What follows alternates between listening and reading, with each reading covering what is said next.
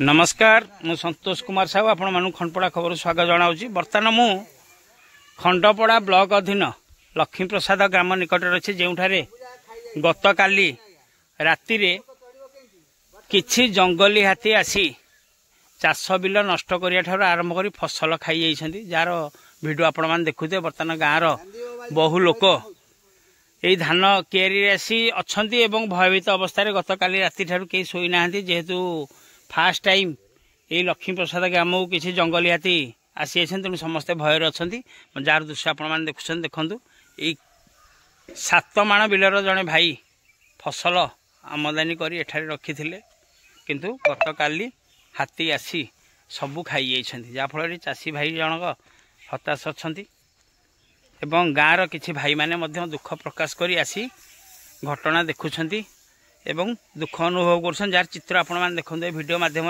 आम देखिले आपको बहुत दुख लगुच जेहेतु गोटे चाषी झाड़ नाल परिश्रम कर वर्ष सारा ये फसल रू चलिया चेष्टा करें सर किंतु बर्तमान चाषी हताश आपण मैंने देखते एठारे किसी जंगली हाथी आसी किभली परिस्थिति सृष्टि कर वीडियो मध्य देखते मैंने देखते एठारे एठी मलत्याग कर हाथी मैंने ये जार दृश्य आपण मैंने देखते देखते आपण मैंने तेणु चलतु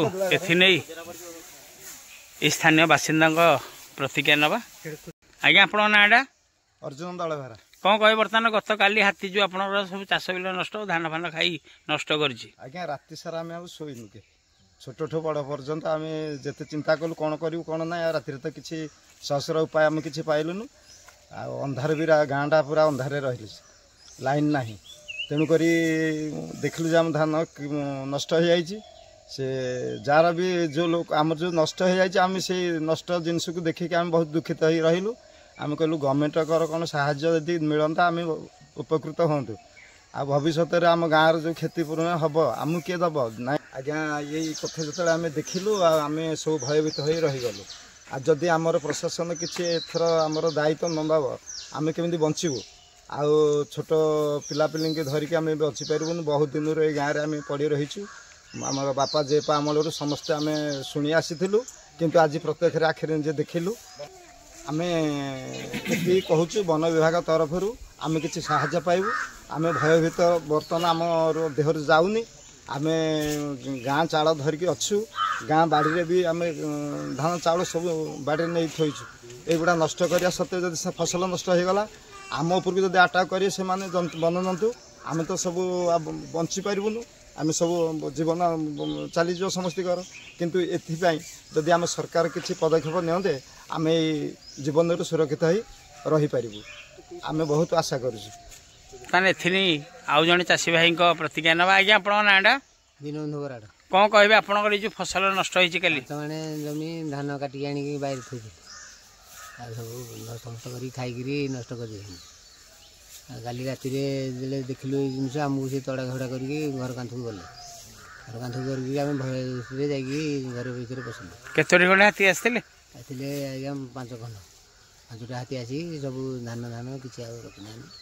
गरीब लोक आज्ञा मोर कि नाटा रामचंद्र बराड़ कौन कहे बर्तमान आप गाँव जन भाई जो धान हाथी खाई नष्ट कर देखो आज्ञा ये आम आगुरी शुणुलु किंतु सेटा आम देखी नु कि काली गला राति प्रत्यक्ष देखिलु जो जन भाई 7 माणे जमी चाष जमी धान आनी गदे से हाथी सब मिसी सब खाई किंतु एबे आम गाँ वाला भयभीत काली राति आम बचबू के किंतु वन विभाग आर सुरक्षित नदेले आम बचबू के किंतु आपन को यहाँ बहुत अनुरोध करुम कि सुरक्षित पाइबू।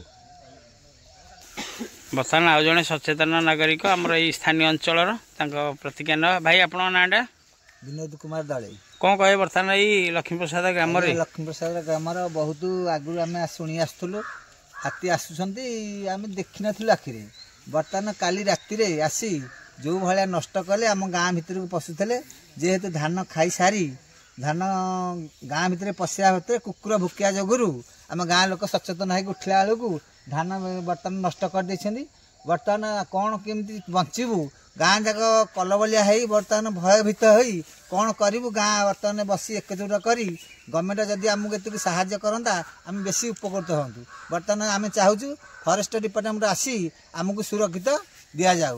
ସେ ସୁରକ୍ଷିତ ଦିଆଗଲେ ଆମେ ବିଶେଷ ଚିର ଉପକୃତ ହଉ। ବର୍ତ୍ତମାନ ଏଥିନେଇ ଆଉ ଜଣେ ଭାଇଙ୍କ ପ୍ରତିକ୍ରିୟା ନେବା। ଭାଇ ଆପଣଙ୍କ ନାଁଟା କ'ଣ କହିବେ ବର୍ତ୍ତମାନ ଏଇ ଯେଉଁ ଘଟଣା ଘଟୁଛି?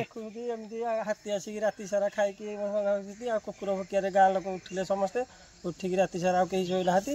ଆଉ ହାତୀ ତ ହାତୀ ଭଳିଆ ହତୁକି କିଏ ବାଡ଼ି ପକେଇକି ତାକୁ ଘଉଡ଼େଇକି ସିଆଡ଼େ ଜଙ୍ଗଲ ଆଡ଼େ ଯାଇଛନ୍ତି। ବର୍ତ୍ତମାନ ସେ ଜଙ୍ଗଲରେ ଅଛନ୍ତି।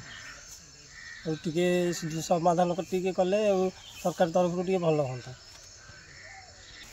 ବର୍ତ୍ତମାନ ଏଥିନେଇ ଆଉ ଜଣେ ଭାଇଙ୍କ ପ୍ରତିକ୍ରିୟା ନେବା। ଆଜ୍ଞା ଆପଣଙ୍କ ନାଁଟା? ରବୀନ୍ଦ୍ର ବରାଡ଼। କ'ଣ କହିବେ ଏଇ ଯେଉଁ ଭାଇଙ୍କର ଚାଷ ଦେଖୁଛନ୍ତି ବହୁତ ପରିଶ୍ରମ କରି ଧାନ ବିଲରୁ 7 ମାଣର ଫସଲ ରଖିଥିଲେ, ବର୍ଷ ସାରାର ତାଙ୍କର ପୁଞ୍ଜି କହିଲେ ଚଳିବ, ବର୍ତ୍ତମାନ ନଷ୍ଟ ହେଇଯାଇଛି। ଧାନ ତ ସବୁ ଏମିତି ରାତି ଜାଗା ହାତୀ ଖାଇକି ବହୁତ କ୍ଷତି ନଷ୍ଟ ହେଇ ଗାଁ ଚାରିପଟ ଭୟଭୀତ ଲୋକ କେହି ଘର ଦ୍ୱାର କେହି ବାହାରି ପାରିଲେନି। ଖାଲି କୁକୁର ଖାଲି ଜଗିକି ଗାଁ ଭିତରକୁ ରଖିଲେ। କୁକୁର ନଥିଲେ ବି ଘର ଦ୍ୱାର ବି ଭାଙ୍ଗି ଦେଇଥାନ୍ତେ। ତେଣୁକରି ସେ ଚାଷୀ ଭାଇର କ୍ଷତିପୂରଣ ଦେବାକୁ ପଡ଼ିବ। ଯଦି ସରକାରଙ୍କର କିଛି ଯଦି ଏଥିରେ ଯୋଗାଯୋଗ ଫରେଷ୍ଟ ଡିପାର୍ଟମେଣ୍ଟର କିଛି ନ ରହିବ ତାହେଲେ ଆମେ ଜିଲ୍ଲାପାଳକୁ ଯାଇକି ଜଣେଇବୁ, ନହେଲେ ଆମେ ଯାଇକି ଆଉ। ବର୍ତ୍ତମାନ ଆପଣମାନେ ଶୁଣୁଥିଲେ ସ୍ଥାନୀୟ ବାସିନ୍ଦାଙ୍କ ପ୍ରତିକ୍ରିୟା ଯେ କିଭଳି ଦୁଃଖ ଅନୁଭବ କରୁଛନ୍ତି ଏବଂ ଏକ ଭୟର ବାତାବରଣ ବର୍ତ୍ତମାନ ଲକ୍ଷ୍ମୀପ୍ରସାଦ ଗ୍ରାମରେ ସୃଷ୍ଟି ହୋଇଛି। ସମସ୍ତଙ୍କ ମନରେ ପ୍ରାୟତଃ ଗତକାଲିଠାରୁ କେହି ଶୋଇନାହାନ୍ତି। ହାତୀକି ଭୟରେ ଏବେ ସୁଦ୍ଧା ବି ଅଛନ୍ତି, କାରଣ ଆଜି ଫସଲ ନଷ୍ଟ ହୋଇଛି, କାଲି କାହା ଜୀବନ ବି ଯାଇପାରେ, କାହା ଘର ଦ୍ୱାର ଭାଙ୍ଗି ଯାଇପାରେ। ତେଣୁ ଗ୍ରାମବାସୀଙ୍କର କହିବା ମୁତାବକ ଯଦି ସ୍ଥାନୀୟ ବନାଞ୍ଚଳ ପକ୍ଷରୁ କିଛି ସହାୟତା ରାଶି ନ ମିଳେ ଏବଂ ଆମକୁ ସହଯୋଗର ହାତ ନ ବଢ଼ାନ୍ତି ତଥା ଗ୍ରାମବାସୀଙ୍କୁ ସୁରକ୍ଷା ନ ଦିଅନ୍ତି ତାହେଲେ ଜିଲ୍ଲାପାଳଙ୍କ ଦୃଷ୍ଟି ଆକର୍ଷଣ କରିବେ ବୋଲି ଚେତାବନୀ ଦେଇଛନ୍ତି। ତେଣୁ ଏହି ଭିଡ଼ିଓ ମାଧ୍ୟମରେ ମୁଁ ସ୍ଥାନୀୟ ବିଧାୟକ, ସ୍ଥାନୀୟ ସରପଞ୍ଚ ଏବଂ ସ୍ଥାନୀୟ ବନ ବିଭାଗକୁ ଅନୁରୋଧ ରଖୁଛି ଯେ ଏହି ଲକ୍ଷ୍ମୀପ୍ରସାଦ ଗ୍ରାମର ଯାହା କ୍ଷୟକ୍ଷତି ହୋଇଛି ତାହାକୁ ତୁରନ୍ତ କ୍ଷତିପୂରଣ ଦେବା ସହିତ ଏ ଗ୍ରାମବାସୀଙ୍କ ମନରେ ଭୟ ସୃଷ୍ଟି ନ ହେବା ପର୍ଯ୍ୟନ୍ତ ଆହାକୁ ସୁରକ୍ଷା ଦେବା ଦରକାର। ତଥାପି ଜଙ୍ଗଲୀ ହାତୀମାନଙ୍କୁ ଏଠାରୁ ଘଉଡ଼ାଇ ଗ୍ରାମବାସୀଙ୍କୁ ସୁରକ୍ଷା ଦେବା ପାଇଁ ଅନୁରୋଧ ରଖୁଛି। ନମସ୍କାର।